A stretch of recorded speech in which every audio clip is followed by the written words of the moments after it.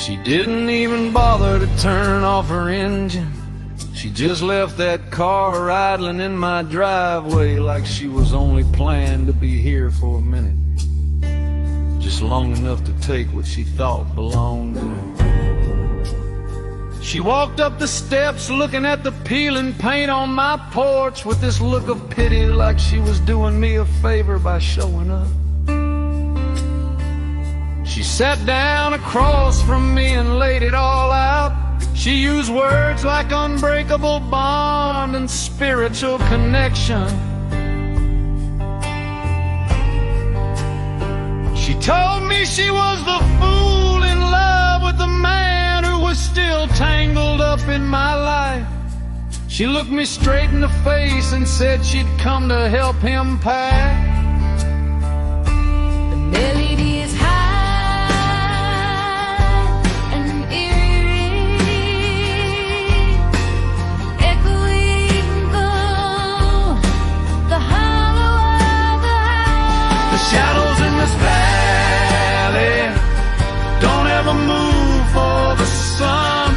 The secrets in the basement don't ever see the light of day. The master tells a story, but the keeper holds the iron key. Nobody ever leaves the home that the silence built. I didn't move, I didn't even blink. I just watched a wasp crawl across the sugar bowl while she kept talking. Finally I leaned forward and I broke her heart. I told her, honey, you're just the latest version of a ghost. I've seen a dozen times before. You think you're a destination, but you're just a rest stop he uses when the road gets too long.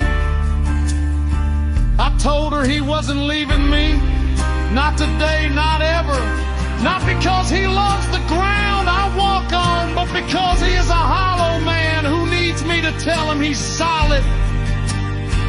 I watched the color drain out of her face when I told her she was nothing but a footnote in a tragedy she wasn't invited to. She started shaking. The tears weren't the pretty kind you see in the movies. They were messy and desperate. She realized right then that the forever he promised her was just a lie he used to get through the night. She turned around and stumbled down the steps, crying so hard she almost fell into the dirt. I watched her drive away, and then I turned back to the house. He was standing there in the kitchen, looking at me with those eyes that had lied to every person they've ever met. I didn't say a word, I just reached for the silver carving knife we used at our wedding. I didn't bother with a rope or a lecture. I just drove that blade straight into the center of his chest, right where he swore he was being honest.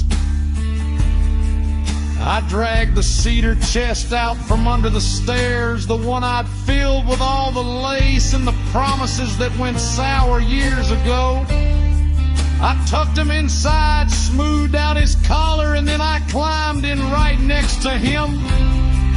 I can hear the shovel hitting the earth outside. It's a peaceful sound like the end of a very long day of work.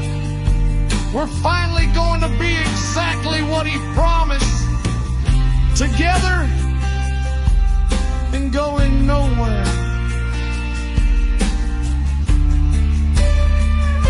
The shadows in this valley don't ever move for the sun.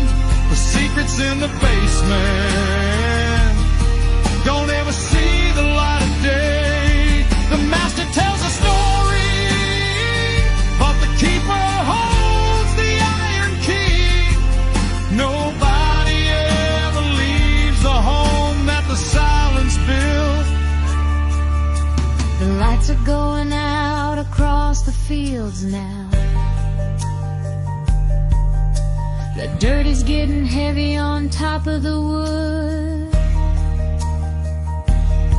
I'm laughing in the dark, my darling. We're finally exactly where we belong.